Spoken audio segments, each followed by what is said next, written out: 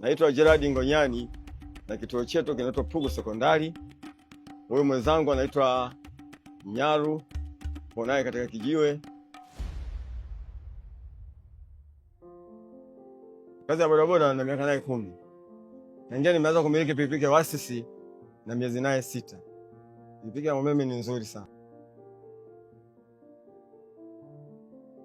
Utendaji wa pikipiki hizi zipo vizuri kwenye milima, tambarare, rough road zipo vizuri, hazina shida yoyote. Nimeipenda hiyo pikipiki.